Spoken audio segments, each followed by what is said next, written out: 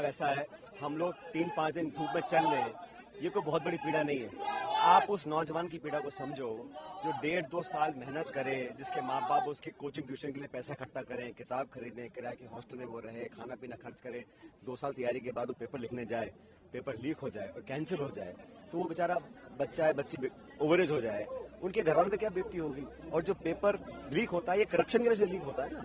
अगर किसी में पैसा है हो सकता है वो पेपर खरीद ले, लेकिन ये पूरी व्यवस्था को बदलना चाहिए। मूल चूक परिवर्तन जब तक हम नहीं करेंगे, इस पूरे इंस्टीट्यूशन को जो ये कार्टेल बना हुआ है उस पर प्रहार करना पड़ेगा ना, ताकि लोगों को विश्वास रहे कि हम अगर पेपर लिख रहे हैं, दे रहे हैं, इंटरव्यू दे रहे हैं, तो हम एक ट्रांसपेरेंट तरीके से दे रहे हैं। और विश्वसनीयता, क्रेडिबिलिटी और आस्था सिस्टम में बनी है नौजवानों की, ये बहुत इंपॉर्टेंट है। और ये करप्शन जो है, ये मैं तो बहुत पहले से कहता आया हूँ, खासकर पिछली गवर्नमेंट ने जो करप्शन इश्यूज हमने टेकअप किए थे उस पर हम प्रभावी कार्रवाई नहीं कर पाए, इसलिए उस पर कार्रवाई करने का समय आ गया है। तो आपने करप्शन के बारे में बात की है, करप्शन के मुद्दे पर कांग्रेस कर्नाटक में इतने भारी बहुमत से आई है, यही मुद्दा आप यहाँ उठा रहे हैं। क्या लगता है कि करप्शन वाकई एक बड़ा एक ऐसा टूल बन गया है कि जनता को देखो, लोग इसकी चर्चा शायद ना करते हो, लेकिन ये हकीकत है कि करप्शन से मध्यम वर्ग, गरीब तबका, जो आम व्यक्ति है, जो बहुत पैसे वाले हैं उनको तो ज्यादा फर्क नहीं पड़ता होगा, लेकिन जिस व्यक्ति को पेट काट के बच्चों को पढ़ाना पड़ता है वो व्यक्ति जानता है कि दिहाड़ी क्या होती है, रोज पैसे कमा के चूल्हा जलाना क्या होता है।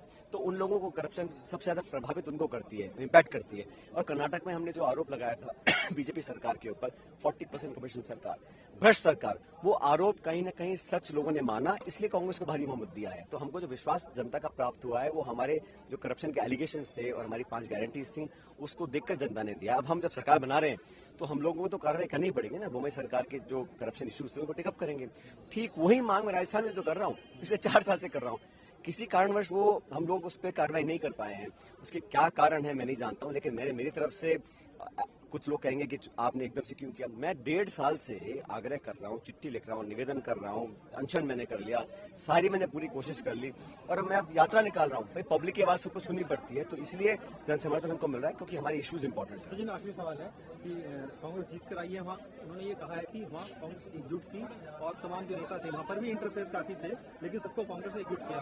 राजस्थान में भी वो इसी तरीके से करेंगे कि चाहे आपके इशूज हो या गहलोत साहब के इशूज हो, उन सबको एक ऐसा होता है जब हम सरकार में होते, गवर्नमेंट में होते हैं, तो प्रदेश का मुखिया, प्रदेश का चेहरा मुख्यमंत्री होता है। 2018 में हम विपक्ष में थे, मैं प्रदेश का अध्यक्ष था, तो मेरी जिम्मेदारी थी, मैं सबके पास गया, मैंने हाथ जोड़ के निवेदन किया, छोटे बड़ों को मनाया, नेताओं को, क्योंकि मैं उस वक्त पार्टी का अध्यक्ष था, मेरी जिम्मेदारी थी। सबको साथ लेकर लड़े और हम सरकार बना गए।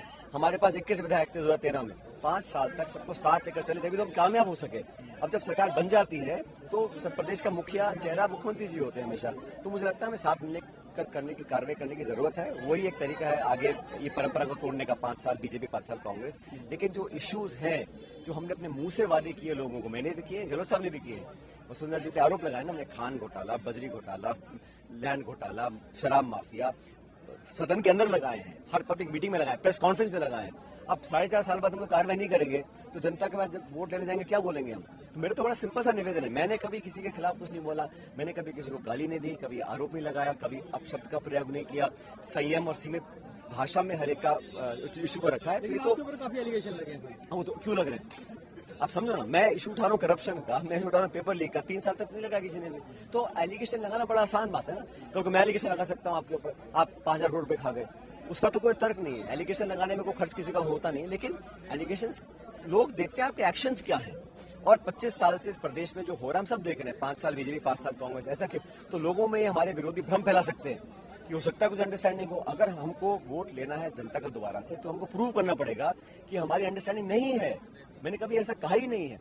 अब लोग बेवजह सफाई दे रहे हैं, उसका तो मैं क्या कर सकता हूँ। अंडरस्टैंडिंग पूरी तरीके से सरकार के साथ मैं तो समझता हूँ हमारी इश्यूज इंपॉर्टेंट है और पब्लिक की आवाज को सबको सुनना चाहिए। धन्यवाद।